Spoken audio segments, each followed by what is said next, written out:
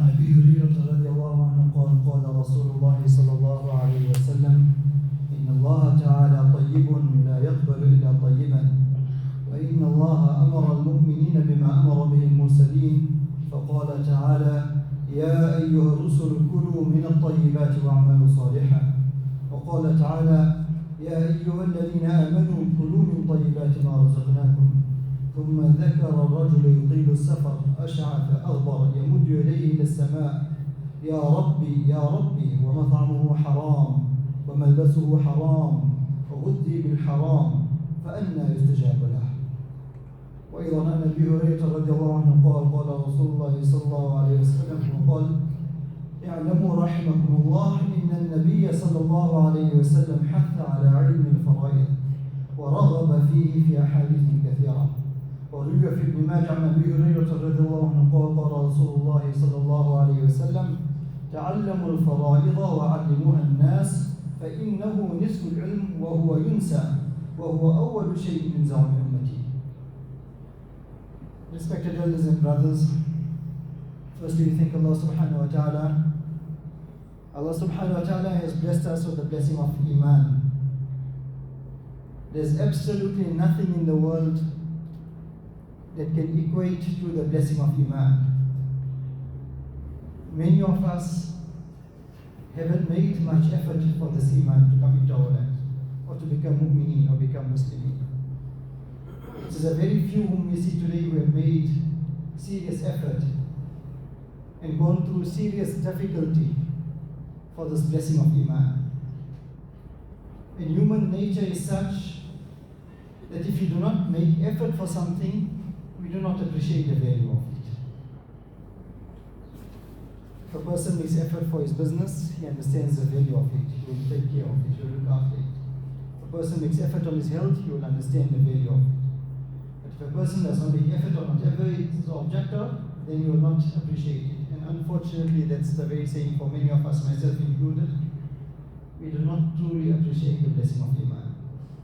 We have to firmly believe that ultimate success is in dying with Iman. فَمَنْ زُحْزِحَ عَنِ النَّارِ وَأُدْخِلَ الْجَنَّةِ فَقَدْ فَازَ. The person who is successful is the one who has been saved from Jahannam and been entered into Jannah. So daily we should make shukr for this blessing of Iman. A person can have everything in the world, but if he does not have Iman, absolutely nothing will benefit him. Do we know of anybody who's lived forever? Does anyone here hope that you are going to live forever? Or does anyone here feel that my time won't come? It's something that each and every one of us know. We all know that we see it many times, we attend janazas and so on, we all know that today is somebody else's turn, tomorrow will be my turn. When exactly that day will be, none of us know. But what is for sure and what is absolutely certain, that a day will come for each and every one of us to leave this world. Another question. I'm sure we've seen many, many people who passed away, whether it is family members, whether it is friends, whether it is rich, whether it is poor, whether it is black, whether it is white. We've seen many, many thousands and thousands of people who passed away in our life. Did any one of them who passed away take anything with them? Did anyone take their bank accounts with them? Did anyone take their homes with them? Did anyone take their families with them in the qabr? And again, we obviously know the answer to this. Each and every of us is destined to leave this world. And when we leave this world, we take absolutely nothing with us from a material point of view. What we will take with us is our good character. What we will take with us is our good actions. And what else we will take with us is any thawab jariyah that we've done in our life, whether it is raising a good child, whether it is a well for the pleasure of Allah Ta'ala, or a house or a masjid for the pleasure of Allah Subhanahu wa Ta'ala that we've invested in this world. This will then be a continuous reward for us. So now that we understand that each and every one of us have to leave the world, and we understand that not a single one of us will take anything with us, to the next world. The next question is, what have you prepared for it? At the very least, do we have wills? The sad reality is 90% of our community have absolutely no will whatsoever. This is according to statistics over the last 2 years at the Master's office. So 90% of people that pass away leave no will whatsoever. From the 10% of people that do happen to leave wills, we need to ask ourselves 2 further questions. Number 1, is our will in accordance with that what Allah subhanahu wa ta'ala has wished? Is our will a will that is permissible, that is acceptable in the eyes of Allah subhanahu wa ta'ala, in the eyes of Sharia? Again, from practice, many of us, well, first we don't even have wills, but those who leave wills, many of them happen to be contrary to Sharia. And one final question in this regard is, yes, we may have a will which is compliant to Sharia, but is this will also legally valid? Does it comply with the Wills Act? Is it a will that is going to have any force in the court of law? So what is my responsibility and what is your responsibility? My responsibility and your responsibility is to make sure that we need to have a will, number 1. Secondly, this will must be totally in accordance with Sharia. We must not contravene any law of Sharia in our wills. And I will touch on this topic shortly. And the third requirement is this Sharia will that we have should also comply with the legal requirements of the Wills Act. So our will can then have a force of law and it can be enacted. It can be acted upon. Regarding a will that is correct and a will that is incorrect, Nabi sallallahu alayhi wa sallam was the most merciful. وَمَا أَرْسَلْنَاكَ إِلَّا رَحْمَةً لِلْعَالَمِينَ. Allah subhanahu wa ta'ala sent him as a mercy to humanity. In one hadith he says that a person may spend his entire life worshipping Allah subhanahu wa ta'ala, fi ta'atillah, in the worship of Allah subhanahu wa ta'ala, in the obedience of Allah subhanahu wa ta'ala. But before death, he makes a will that is incorrect. What is the consequence for such a person? Remember, this is a person who's worshipping Allah ta'ala for 60 years, 70 years, he's obedient, he's not involved in womanizing, he's not involved in interest and so on. But before he passes away, for some reason or the other, he makes a will that is inconsistent, that is incorrect, unacceptable according to Sharia. The words of the hadith is وَجَبَتْ لَهُمُ النَّارِ. Jahannam is wajib, Jahannam is compulsory for that person. So I'm sure we can understand that this is an extremely serious matter. And if it's a serious matter, we need to give it the serious concern that it requires. In a hadith that I mentioned at the start, from Abu Hurairah radiallahu anhu, says, Rasulullah sallallahu alayhi wa sallam says, تَعَلَّمُوا الْفَرَائِضَ وَعَلِّمُوهَا النَّاسِ. Seek the knowledge of inheritance. Fara'id is called inheritance in Islamic law. Seek the knowledge of inheritance. وَعَلِّمُوهَا النَّاسِ, and educate people about the laws of inheritance. فَإِنَّهُ نِصْفُ الْعِلْمِ. Nabi sallallahu alayhi wa sallam says the knowledge of inheritance is regarded as half of knowledge. Such great importance Nabi sallallahu alayhi wa sallam has given to the knowledge of inheritance. And then the next words which we see happening in our lifetime, وَهُوَ يُنْسَى. This is a knowledge that is forgotten. It will be forgotten in the Ummah. And further, Nabi sallallahu alayhi wa sallam says, وَهُوَ أَوَّلُ شَيْءٍ يُنْزَعُ مِنْ أُمَّتِي. This is the first knowledge that will be uplifted from our Ummah. In other words, people will not have knowledge of this aspect anymore in the Ummah. The first item it will lack knowledge on is inheritance.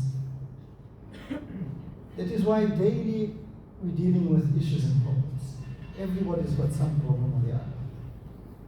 Majority of the problem stems from 2 sources. The one source is divorce that we face in our personal households. Just generally talking about the households, it's not talking about the home in general. And the second major issue we have in our families, that's breaking up probably 4 in 5 families, is inheritance, wealth. What is the reason for this? The reason for this is we've forgotten the knowledge of inheritance. We know we are going to pass away, we know our day will come, but we don't find it serious enough to make a will. We don't consider it serious enough. We don't pay the required attention to what's required as far as making our will is concerned. So these are 2 issues which are very prevalent in our society. One is, as I mentioned, the breaking up of marriages, and secondly, the breaking up of families through inheritance. Daily we work with instances where brother is no longer talking to brother, sister is no longer talking to mother, mother is no longer talking to son, and so on, and the list goes on and on. And once this happens,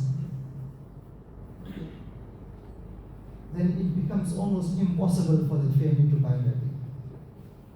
And this again is all a ploy of shaitan. So what shaitan has done is shaitan has kept every one of us busy in our own small problems. Somebody's got an issue with his boss, somebody's got an issue with his staff, somebody's got an issue with sales, somebody's got an issue in his business, somebody's got an issue with his wife, someone has an issue with his sister, someone has an issue with his children, and so on. So everyone is so involved in their own small issues that when there's a major issue that the ummah needs to stand for, we cannot stand. Why? Because we are all engrossed in our own small problems. So inshallah today we'll just touch briefly on an introduction to the Islamic laws of inheritance. What is the ethos behind it? What are the values of the Islamic laws of inheritance? And inshallah, over the next 2 weeks we'll go a little deeper into the laws of inheritance. What is allowed in a will, what is not allowed in a will, what's advisable and what's not advisable.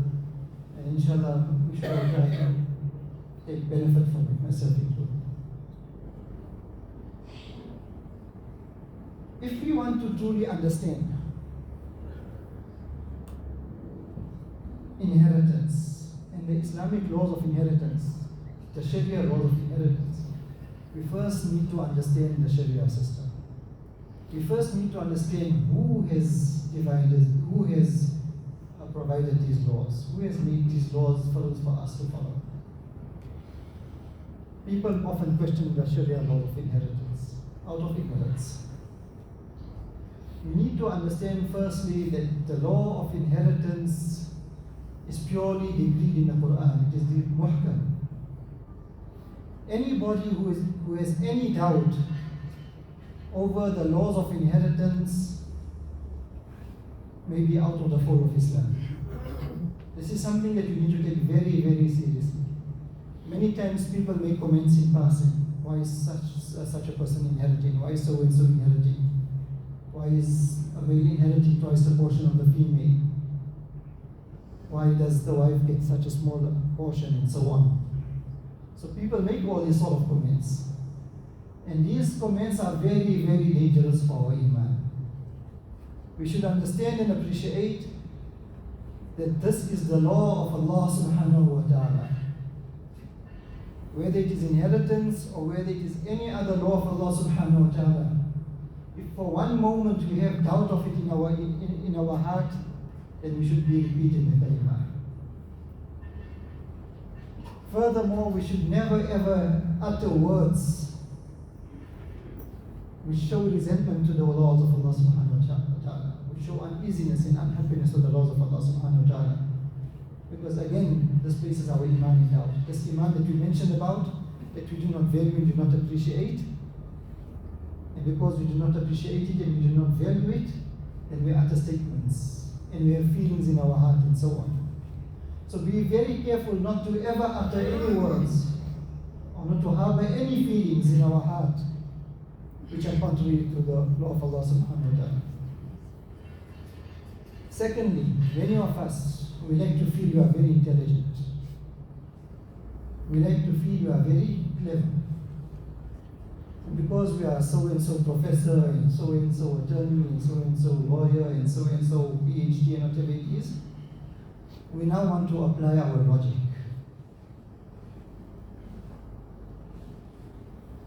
And this was the same action of shaitan. Allah subhanahu wa ta'ala ordered shaitan to do a certain action. Shaitan applied his logic. What did he say? No, I know better. What I know is better. So if we try to apply our logic in matters of deen, then you are following the path of shaitan. The very essence of our deen, the first words of the Quran, الَّذِينَ يُؤْمِنُونَ بِالْغَيْبِ, to have iman and aqsi. And also to have this firm belief and the firm knowledge or the firm conviction that who is the most knowledgeable? Do I know better? Does my degree educate me any better? Does my profession educate me any better? Or is Allah Ta'ala Alimul Khabir? Allah Ta'ala is Alimul Khabir. Allah Ta'ala is all-knowing. Allah Ta'ala knew this day will come when people will dispute inheritance and the laws of inheritance. Allah Ta'ala is most knowledgeable. Allah Ta'ala is Hakim. Allah Ta'ala is most wise. So this is the law of Allah Subhanahu wa Ta'ala, the one who is most knowing, or the one who is all-knowing. So we should think very carefully. Do I feel that I am going to contravene the law of Allah Subhanahu wa Ta'ala and apply my own logic, which was the path of shaitan? Or am I going to accept the laws of Allah Subhanahu wa Ta'ala and understand that Allah Ta'ala is the most knowledgeable, and Allah Ta'ala knows better than I know, and Allah Ta'ala knows better than you know. And this is what Allah Subhanahu wa Ta'ala has said, and in this is success. Any way contrary to this way will lead a person away from you. So if we know that we come into this world with nothing and we leave with absolutely nothing, none of us is going to take anything with us. We know that Allah Subhanahu wa Ta'ala is the all-knowing, and Allah Ta'ala is most wise, Allah Ta'ala is most kind. We know that Nabi Sallallahu Alaihi Wasallam was the most merciful of creation that was sent to humanity. Then why do we dispute when it comes to Allah Ta'ala's laws of inheritance? So do we believe in Allah Subhanahu wa Ta'ala in a masjid and we leave this when it comes to inheritance? That is inconsistent. We need to believe in Allah Subhanahu wa Ta'ala and the laws of Allah Subhanahu wa Ta'ala in every facet of our life.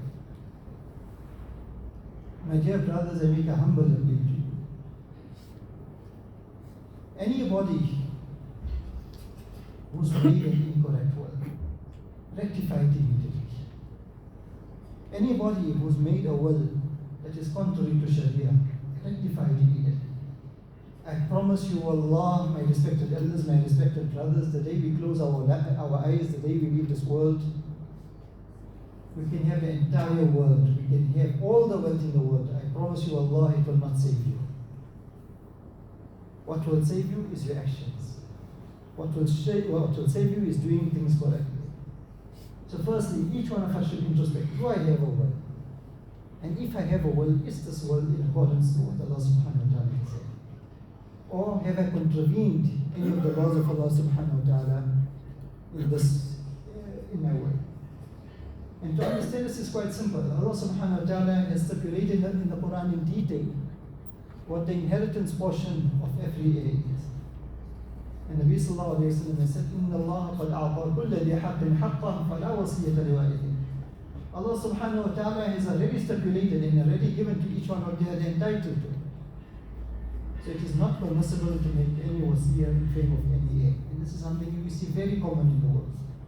So for instance, people don't want to give things to their wife in their lifetime or to their children in their lifetime and so on. But they now want to put it into a will. This is totally impermissible. If we do such things, we engage in such activities, ultimately what we are doing is we are undermining the law of Allah Subhanahu wa Ta'ala. We believe that we are the owner of the materials that we have, whereas we are not the owners. Allah Subhanahu wa Ta'ala is the ultimate owner. And secondly, by putting into our worlds, making wasiyah or bequeathing to our children, our spouses and so on, we are effectively changing the portion that Allah Subhanahu wa Ta'ala has stipulated in the Quran. We are effectively changing the Quran. And that's why Nabi Sallallahu Alaihi Wasallam said, وَجَبَتْ لَهُمُ النَّارِ, Jahannam has become wajib for such a person. Secondly, many of us have become recipients of inheritance. We should make sure that we have not received what was more than rightful for us. These people come with lame excuses, It was written in the will. And the desire of the person who made the will must always be followed. It was his wish and he must follow it. Absolutely nonsense. We need to fulfill the wish of Allah subhanahu wa ta'ala. And by fulfilling the wish and the commandment of Allah subhanahu wa ta'ala, this will be a means of salvation not only for me and you who may be recipients of inheritance, but it will also be a means of salvation for the person in his qabr. Allah subhanahu wa ta'ala says in the Quran, فَمَنْ خَافَ مِنْ مُوسٍ جَنَفًا وَإِثْمًا فَأَصْلَحَ بَيْنَهُمْ فَلَا إِثْمَ عَلَيْهِ. If a person has made an incorrect will, he has contravened the laws of Allah subhanahu wa ta'ala, and the heirs come together and you understand this person has made a will which is contrary to Sharia, contrary to deen, and then you alter it, you change it, there's absolutely no sin on such a person. This is from the Quran. So if a person who we know or whose inheritance you are entitled to for whatever reason has made a will that is incorrect, and we may be the recipients of this inheritance, we should make sure that we should not take more than what is rightful for us. If you are receiving more than what is rightful for us, understand that you are consuming haram. Understand that we may use it in this world, but tomorrow we will answer to Allah subhanahu wa ta'ala. Understand that consuming that this inheritance is not only harmful for me and for my iman, but it will also harm my dear father who is in his grave, my dear mother who is in her grave. She may have been ill-advised, she may have made a mistake or so on, by having an incorrect will. So by enacting or enforcing such an incorrect will, firstly we are harming our own iman, and secondly we are harming our parents who have passed on and so on. So if there's any of us who've received inheritance incorrectly, my humble appeal to you, make sure, find out what is the correct portions of inheritance. Make sure you do not take more than what is your right. Make sure that you return to those who have been harmed, those who have been prejudiced by an incorrect will. Return their right to them. It is the correct thing to do. Remember, nothing is going to come with us. Everything will remain behind. What will come with us is our actions. Also, I mentioned a hadith at the start of the program, إِنَّ اللَّهَ طَيِّبٌ لَا يَقْبَلُ إِلَّا طَيِّبًا. Allah subhanahu wa ta'ala is pure. Allah subhanahu wa ta'ala does not accept anything except that it is pure. So this is something we should reflect on in every facet of our life. Whether it is our wealth, whether it is our dressing, whether it is our appearance, whether it is our speech, whether it is our income, how we earn our income, whether it is our consumption, what food we eat. It should not only be halal, it should be tayyib, it should be pure. So very important to keep this in mind, to live a life of purity, to live a life of chastity. It's in every facet of our life. What is our kalima? Kalima tayyibah, the kalima of purity. So in every facet of our life, we need to have purity. So on this, inshallah, we'll have this as an introduction. Inshallah, next week and the week after, we'll go further into some of the laws from a legal point of view and also from a Sharia point of view, as what is permissible in the world, what is not permissible in the world, and so on. Today, alhamdulillah, we'll also be very fortunate. We will shortly be witnessing the completion of the Quran Kareem. So this sitting of us is a very blessed sitting, isn't it? May Allah Ta'ala accept it from all. This, as I mentioned, the hadith, تَعَلَّمُوا الْفَرَائِضَ وَعَلِّمُوهَا النَّاسِ. Seek the knowledge of inheritance and teach it to people. Another hadith, Nabi Sallallahu Alaihi Wasallam has said, خَيْرُكُمْ مَنْ تَعَلَّمَ الْقُرْآنَ وَعَلَّمَهُ. The best amongst you are those who learn the Quran and those who teach it. So, congratulations to the Hifdh, congratulations to the Ustad. Blessings be upon you. Allah Ta'ala bless you always. May Allah Ta'ala accept your Hifdh. In Hadith, Nabi Sallallahu Alaihi Wasallam said that the du'as are accepted at the time of the completion of the Quran. So she will shortly engage in the completion of the Quran in a short dua to practice on this hadith. Also, my dear Hafidh, al-Quran is before us today.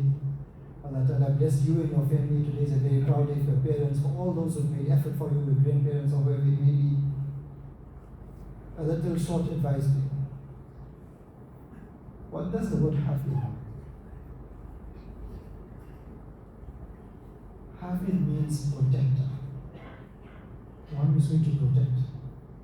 What does Allah subhanahu wa ta'ala says about protecting the Quran? Inna nahnu nazzalna dhikra wa inna lahu lahafidhun. We are the ones who have provided divine revelation, and we are the ones who have protected it. So today Allah subhanahu wa ta'ala has chosen you as a means to protect this Quran. It's a great favor of Allah subhanahu wa ta'ala. Do not neglect this favor of Allah subhanahu wa ta'ala. If somebody is coming to us, how do we react to them? We show gratitude to them. We don't throw it back into their faces. Somebody gives us a gift, we throw it back into a person's face, and we discard of it. No, this is such a great gift. So we take care of it, take utmost care of it. Today maybe the pressure will be transferred. It will no longer be your ustad sitting on you to be on class and time and so on. It will no longer be your parents sitting on your case to get you ready for madrasa and to make sure you're not banking and driving. This responsibility is now transferred to you. It is now your responsibility. It is your responsibility to make sure, and every other Hafidh to make sure, that you do not forget what you have memorized. That you do not neglect this blessing of Allah subhanahu wa ta'ala. And then over and above that, you should at all times behave like a Hafidh al-Quran. Allah Ta'ala has given you this title, we should respect this title. We should not conduct ourselves in a manner that we forget that we are Kuffar and so on. And Allah Ta'ala accept our Rahman and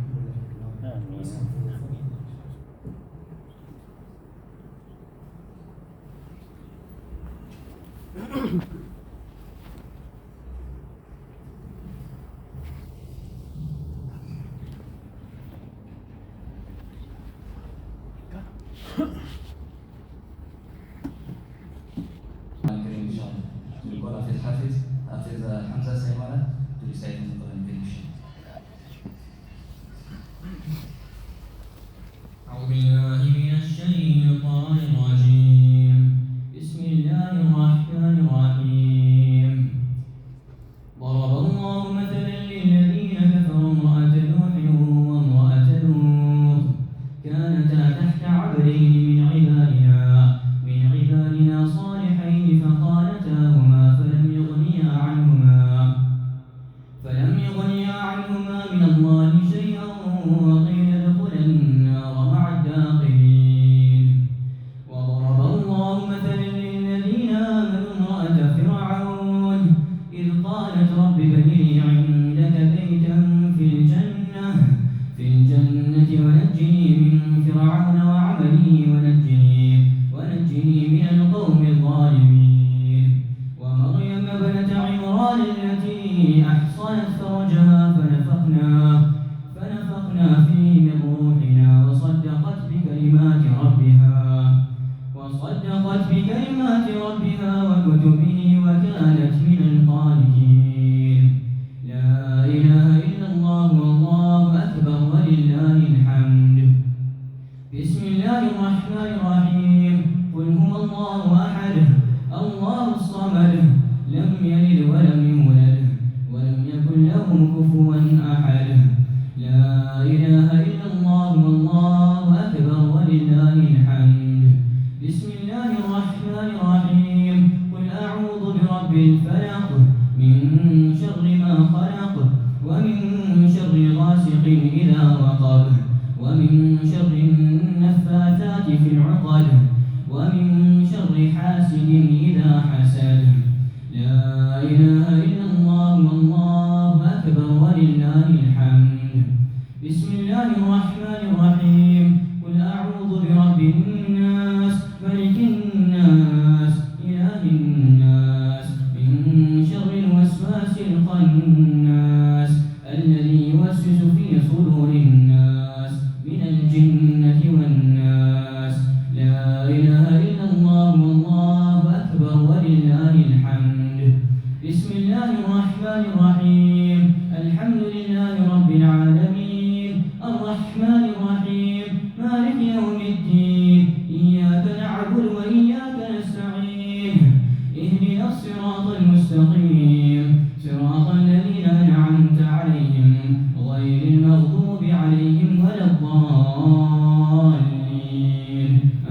العالمين. لا إله إلا الله والله أكبر ولله الحمد. بسم الله الرحمن الرحيم. ألف لام ميم. ذلك الكتاب لا ريب فيه هدى للمتقين الذين يؤمنون بالغيب ويقيمون الصلاة ومما رزقناهم ينفقون والذين يؤمنون بما أنزل إليك وما أنزل من قبلك وبالآخرة هم يوقنون أولئك على هدى من ربهم وأولئك هم المفلحون. صدق الله العظيم. بسم الله الرحمن الرحيم. اللهم آنس وحشتي في قبري. اللهم ارحمني بالقرآن العظيم واجعله لي إماما ونورا وهدى ورحمة. اللهم ذكرني منه ما نسيت وعلمني منه ما جهلت وعلمني منه ما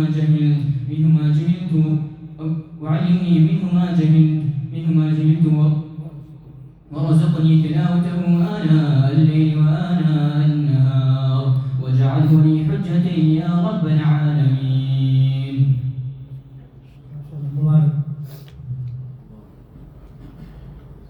الحمد لله رب العالمين والصلاة والسلام على سيدنا محمد وعلى آله وصحبه أجمعين.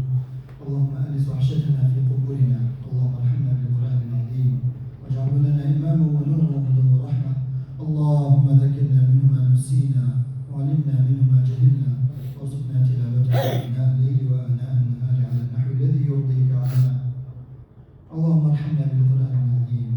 اللهم انفعنا بالقرآن العظيم. والله الواسع نسلبه بالقرآن. والله elevate us to the Quran.